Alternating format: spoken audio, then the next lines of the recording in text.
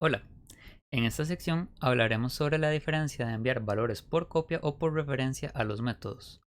Este tema es válido tanto para métodos que sean parte de una clase o para funciones. Cuando nosotros creamos métodos, estos pueden recibir parámetros y la diferencia es qué sucede con los parámetros. Pueden ser referencias a objetos o pueden ser copias. Para entender mejor esto, vamos a utilizar los ejemplos en pantalla. El primero será un método misterioso que recibirá por parámetro un número cualquiera y a este número le vamos a sumar 10 unidades.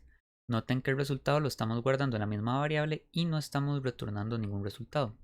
Para efectos de prueba, lo que tenemos es la declaración de una variable x con un número 10 y estamos invocando el método misterioso con esa variable. Finalmente lo que queremos es imprimir el valor de x y ver qué sucedería en el código cuando esto se imprime. Nuestro segundo ejemplo sería un método que recibe por parámetro una lista. Estamos tomando la primera celda y sumándole 10 unidades y volviendo a guardar el valor en la misma celda. Para efectos de nuestra prueba, lo que estamos declarando es una lista con 3 elementos y estamos invocando a nuestro método misterioso 2. Finalmente estamos imprimiendo el valor de x y queremos ver qué sucede en pantalla. Para entender mejor esto, entonces comencemos con parte de la teoría. Vimos previamente que cuando nosotros declaramos variables de tipo primitivo, lo que hacemos es solicitar en memoria una cierta cantidad de espacio, necesitamos agregarle un valor a la celda, que es el contenido, y además esto se puede acceder mediante una dirección en memoria. Por ejemplo, al declarar la variable x, esta va a necesitar 4 bytes en memoria, va a tener una dirección y va a tener un valor. Entonces, en esta celda vamos a tener 4 bytes y va a tener el valor de 10. Cuando nosotros invocamos entonces a un método, lo que está sucediendo es, declaramos nuestra variable x, eso queda en un lugar de memoria.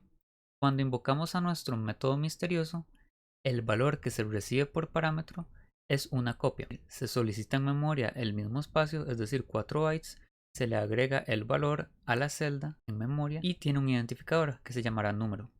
Entonces, como podemos ver, tenemos una copia de ambos valores y por tanto esto es una copia del valor de x. Si nosotros modificamos nuestro número y le sumamos 10, lo que estamos modificando es la copia del valor que enviamos. Por tanto, al modificar esto, pasaría de ser 10 a 20 y el método termina su ejecución.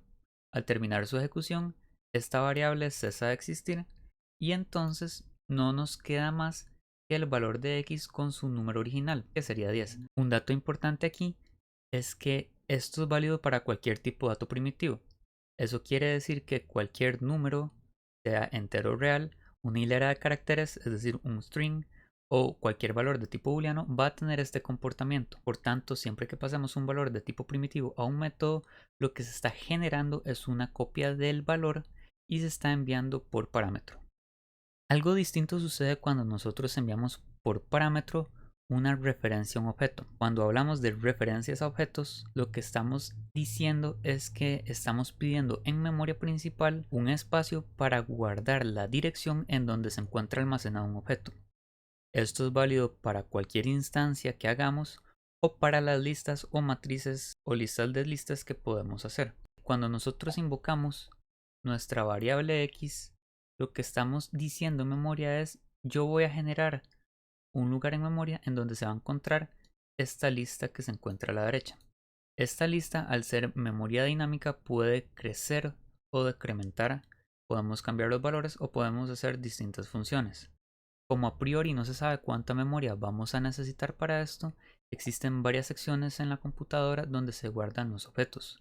La memoria principal es cuando nosotros creamos una variable y podemos saber a priori cuánto vamos a utilizar, como en el caso de las variables de tipo primitivo, entonces podemos guardar los valores aquí mismo, en la memoria principal. Sin embargo, esto no es verdadero para las instancias. Por tanto, lo que guardamos es solo una referencia en donde se encuentra nuestro objeto, en este caso esta lista, y lo que hacemos es enviar por parámetro al método la dirección en memoria en donde se encuentra este objeto.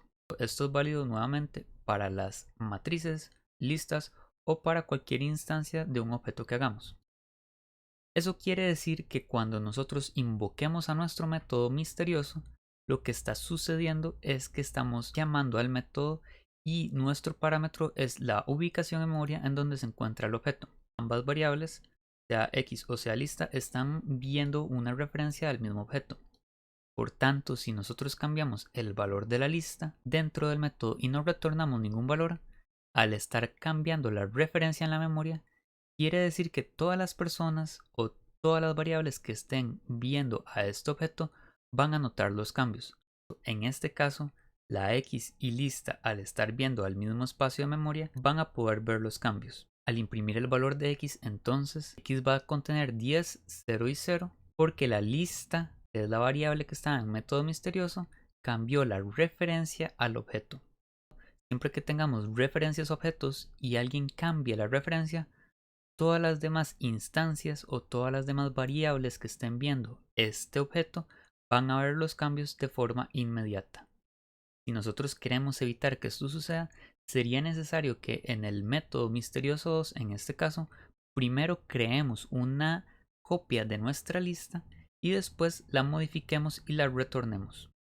En las siguientes secciones vamos a hacer unos cuantos ejemplos para poder ver de forma gráfica qué es lo que sucede y cómo se cambian las variables y cuáles son las consecuencias de hacer cambios sobre referencias versus cambios sobre variables de tipo primitivo.